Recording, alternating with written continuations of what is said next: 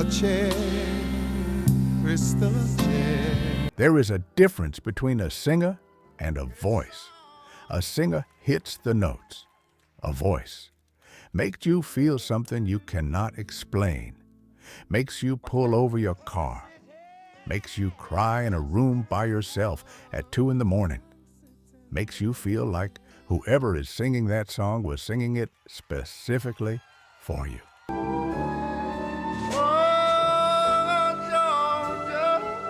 Soul music produced more of those voices than any other genre in the history of recorded music.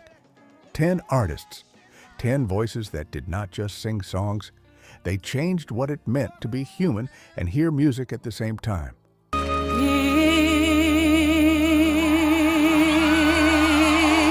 These are the 10 greatest soul vocalists of all time. Every fact in this video is verified. Number 10, Otis Redding. Miniskirt dress, yeah. Otis Redding dropped out of school at 15 to support his family. He spent his early years driving a band around the South and occasionally jumping on stage to fill time between acts. But when she gets weird. In 1962, he drove Johnny Jenkins and the Pine Toppers to a recording session at Stax Records in Memphis.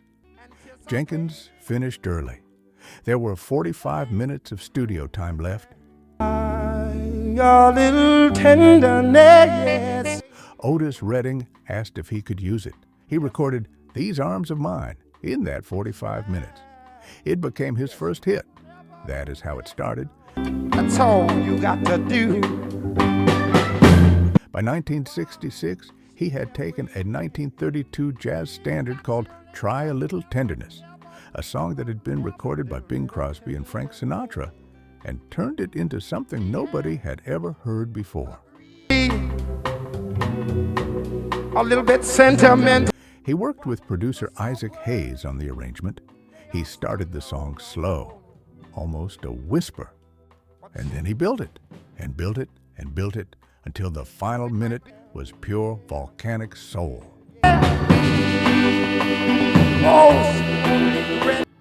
In June 1967, Otis Redding performed at the Monterey Pop Festival as the closing act on Saturday night. Folks so gentle, yeah. He was playing to a predominantly white audience that had never experienced soul music live. He destroyed them. But it's all. During his final performance of Try a Little Tenderness, he sang an extra line into the mic. Improvised, unrehearsed. I got to go, y'all. I don't want to go. He died in a plane crash on December 10th, 1967. He was 26 years old. The British music press had voted him the greatest vocalist in the world in 1967, beating Elvis Presley, who had held that title for the previous 10 years. You hear that voice on Try a Little Tenderness, and you understand why. Number 9, Sam Cooke. I was born. Sam Cooke had 30 top 40 hits. He was the first black artist to own his own record label. He had managed his career with such precision that he was building his own empire at 33 years old. Oh, yes it will. And in 1963, one incident broke open a side of him the music industry had never seen. Just like the river I've been running. He and his entourage arrived at a Holiday Inn in Shreveport, Louisiana. They had reservations. They were turned away because they were black. By the river, in a little tent. Cooke and his brother refused to leave. They were arrested for disturbing the peace. The story made front-page news across America. Beyond the sky, it's been a long. Then, weeks later, he heard Bob Dylan's "Blowin' in the Wind," a protest song about racial injustice written by a young white man. Oh, a change gonna come. And Cooke was ashamed that he, a black artist living inside that injustice, had not written something like it himself. Go to the movie and I go downtown. But he wrote, "A change is gonna come," in a state he described as almost dreamlike. He also wrote it the same year his 18-month-old son drowned in the family swimming pool.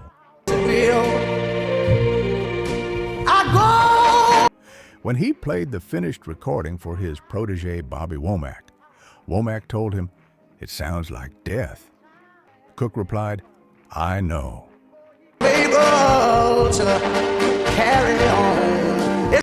"A Change Is Gonna Come" was released as a single 11 days after Sam Cooke was shot and killed at a motel in Los Angeles. He was 33 years old. Rolling Stone ranked it number 3 on their list of the 500 greatest songs of all time. And I say, brother, help me please. In 2025, the magazine placed it at number 1 on their list of the greatest protest songs ever written. That voice, that song, that loss. Change gonna come. Oh, yes it will. Number 8, Al Green. All right. Al Green's voice sounds like it was made in a place between a church and a dream. Soft enough to whisper, powerful enough to split you open. He grew up in rural Arkansas, the 6th of 10 children, in a gospel household where music was not a career, it was a calling. Ooh, loving you forever. His father threw him out of the family gospel group at 16 for listening to Jackie Wilson records, secular music. That exile is where the soul began.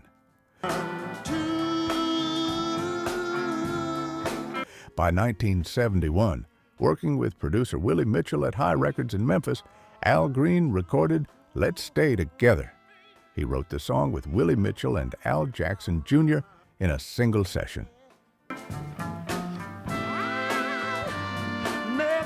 The finished recording entered the Billboard Hot 100 and climbed all the way to number 1, where it sat for 9 straight weeks in 1972. It was the first number 1 soul single of the 70s to truly define what the decade would sound like. But here is what most people do not know.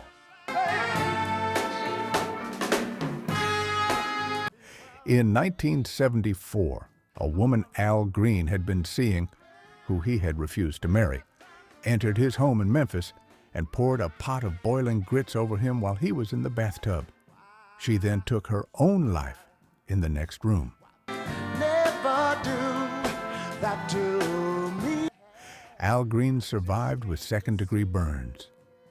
And within 2 years, he left pop music entirely, walked into a church in Memphis, became an ordained pastor, and never looked back. Would you, baby? He has said in interviews that the incident made him understand what truly mattered.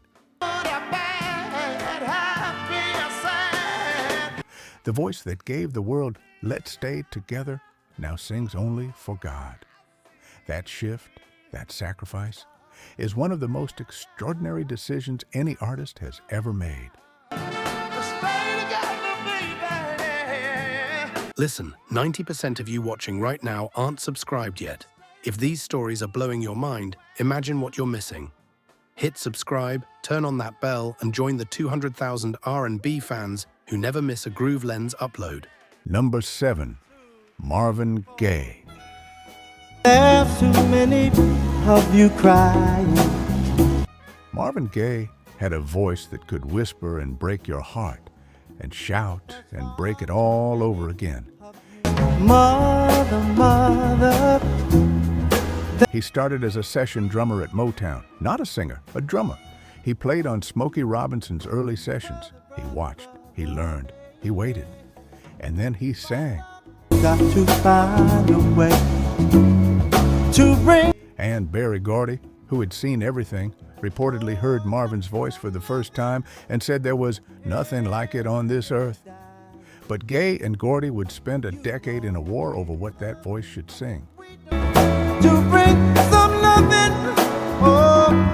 By 1970, Marvin Gaye was done with love songs.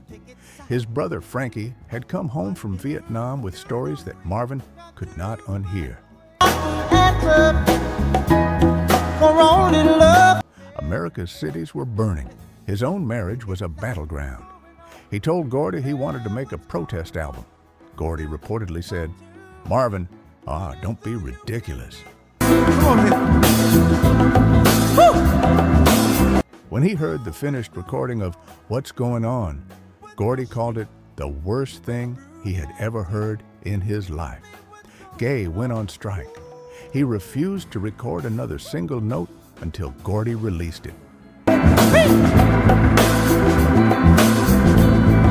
An executive at Motown pressed 100,000 copies and distributed them without Gordy's knowledge.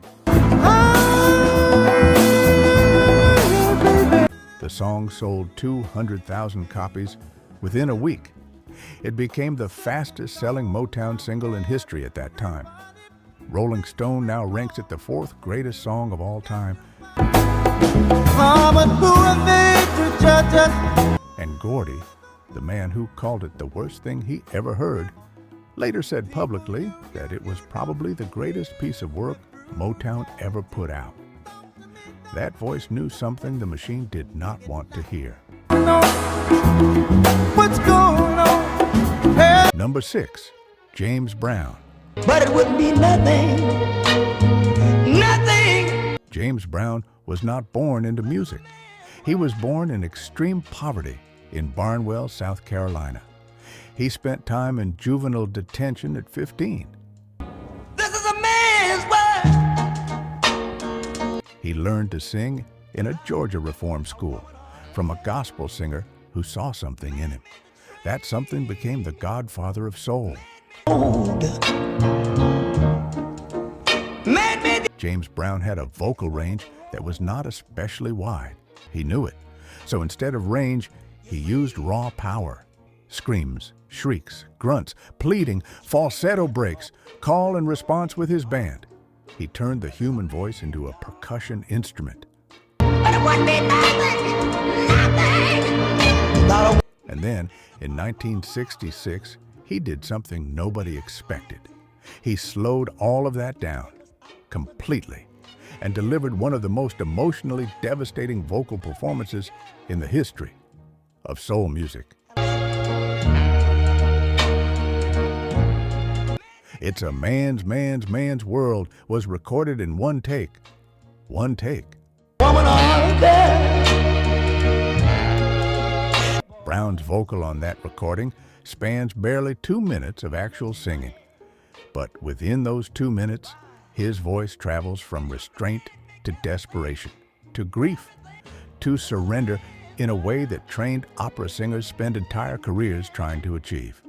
'Cause man make them toys.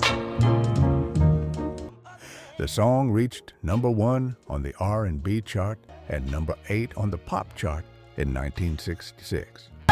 Without a woman or a girl. It was written as a gesture toward a woman named Betty Jean Newsom, who had briefly been his girlfriend. She was given a co-writing credit, and then it was removed. Them toys. She fought for decades to reclaim it. The credit was eventually restored. 'Cause man make. James Brown performed at least 300 dates a year, every year, for decades. They called him the hardest working man in show business. They were not wrong. Number 5, Luther Vandross.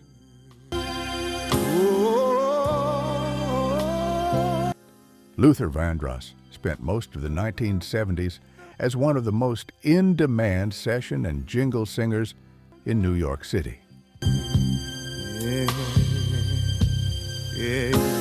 He sang backup for David Bowie's Young Americans in 1975. He sang on Bette Midler Records. He sang on commercials for companies that most Americans heard every single day. Nobody knew his name. No one sitting there. He was 28 years old and had still never released a solo album when producer Richard Carpenter turned him down for a record deal. He was told his weight was a problem. He was told his image did not fit the market. He kept singing. In 1981, Luther Vandross finally released his debut solo album. It went platinum. The year after, he covered Burt Bacharach and Hal David's A House Is Not a Home, a song that had already been a hit for Dionne Warwick in 1964. And Luther Vandross did something extraordinary with it. He did not simply cover the song, he inhabited it. Even when there's nothing. His 1981 live performance of A House Is Not a Home at the NAACP Image Awards is widely considered one of the greatest live vocal performances ever captured on camera. But gloom. He held notes until the audience was physically screaming. He controlled his breath with a precision that vocal coaches still use in master classes today. Luther Vandross won 4 Grammy Awards. He sold over 35 million records worldwide. He had 36 singles reach the top 10 of the R&B chart. He suffered a severe stroke in 2003 at age 51. He never fully recovered. Luther Vandross died on July 1, 2005. He was 54 years old, and there has never been, and may never be, another voice like his. Number 4, Stevie Wonder. Moving in the right direction, even just Stevie Wonder went blind 3 days after being born prematurely in a Saginaw, Michigan hospital in 1950. He signed with Motown at age 11. big clap your hands, surrounding by, surrounding. He was called Little Stevie Wonder. He was put in a box. Sing this, record that, wear this, smile here. Like a haystack needle. At 21 years old, he let his Motown contract expire quietly, strategically, completely. But soon he won't have any. He negotiated one of the most unprecedented deals in music history. 20% royalties, full artistic control, his own publishing company. And then he made 5 consecutive albums that are now considered among the greatest in the history of American music.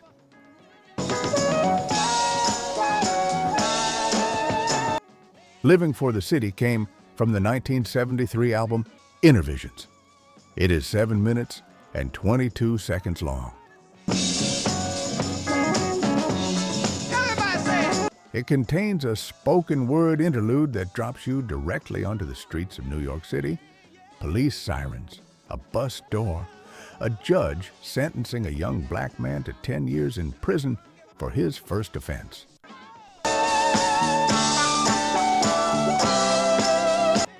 Wonder's vocal on this song spans the full emotional register of a human life.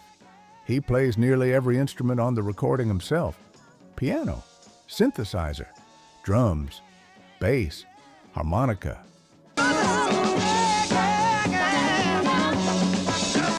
Living for the City won a Grammy Award for Best Rhythm and Blues Song in 1975. Stevie Wonder has sold over 100 million records. He has won 25 Grammy Awards, more than any other solo artist in Grammy history. He wrote Superstition for Jeff Beck, then kept it for himself. It became one of the greatest funk songs ever recorded. At the 1975 contract signing with Motown, the biggest record deal in music history at that time, Stevie Wonder walked in wearing a cowboy costume. 10-gallon hat, leather fringe, a holster that read, #1 with a bullet. The voice behind that swagger, every bit as extraordinary as the entrance. Number 3, Whitney Houston.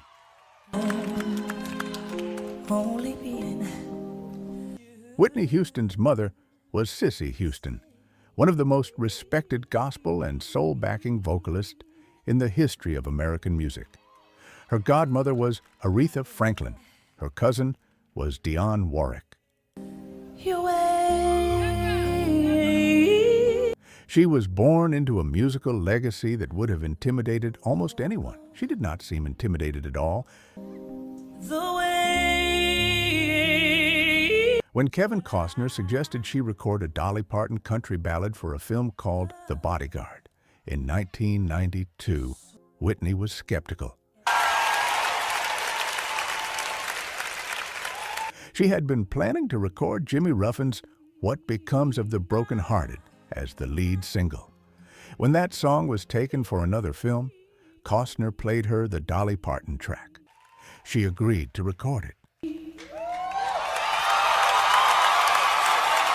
The song opened with 17 seconds of complete silence, just Whitney's voice, unaccompanied. No music, no drums, no strings, just her. That opening single syllable, just the word if, took nearly 6 seconds to deliver. Vocal coaches have analyzed that 6 seconds for 30 years. It contains 4 distinct pitch changes in a single unbroken note.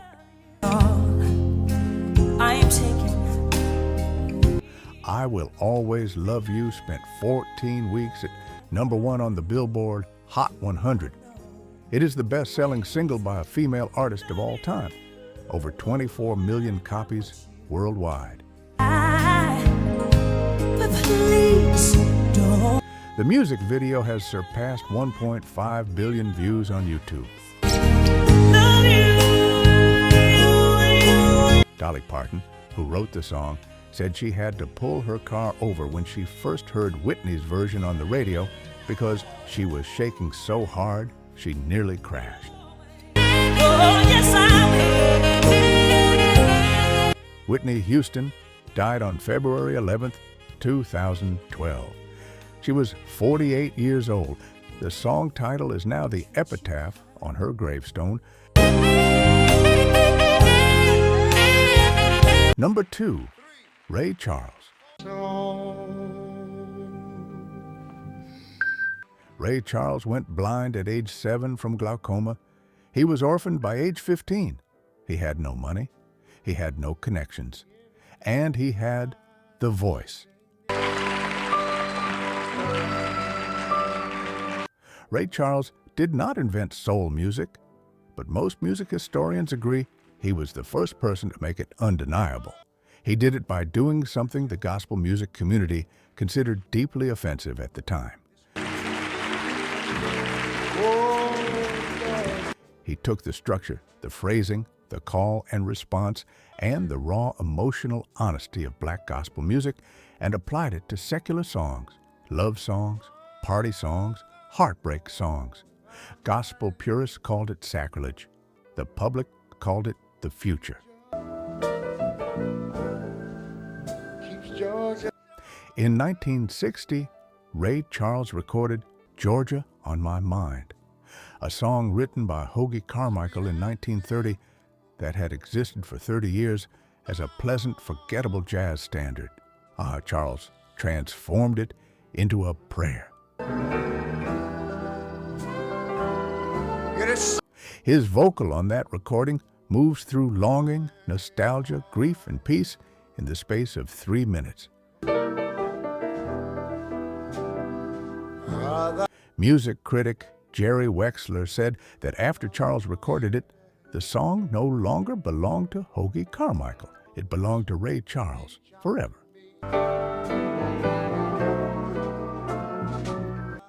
The state of Georgia made it their official state song in 1979.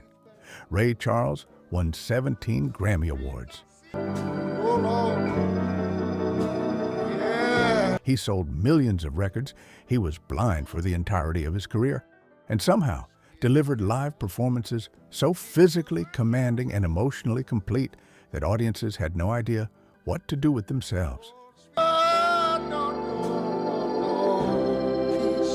Frank Sinatra called Ray Charles the only true genius in the music business. Frank Sinatra was not known for giving compliments. Sweet song, keep Georgia on my... Number 1, Aretha Franklin.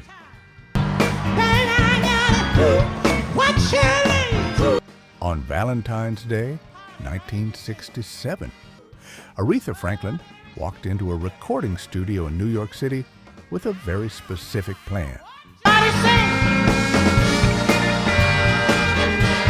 She was going to take a song that Otis Redding had written and recorded in 1965, a song that had been a man's plea for attention from his woman, and she was going to flip it.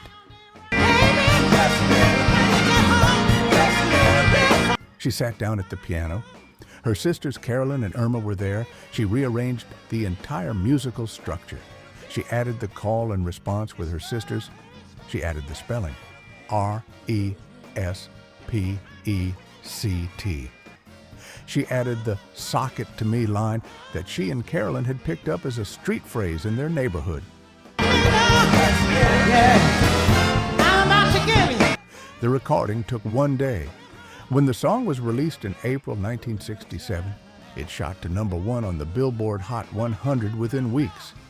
It stayed at number 1 for 2 weeks. It won Aretha 2 Grammy Awards in 1968.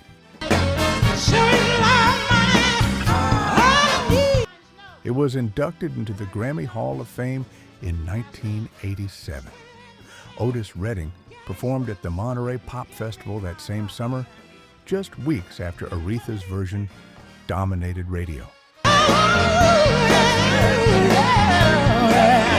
Before he played his own version, he told the audience, "This is a song that a girl took away from me, a good friend of mine. This girl just took the song, but I'm still going to do it anyway."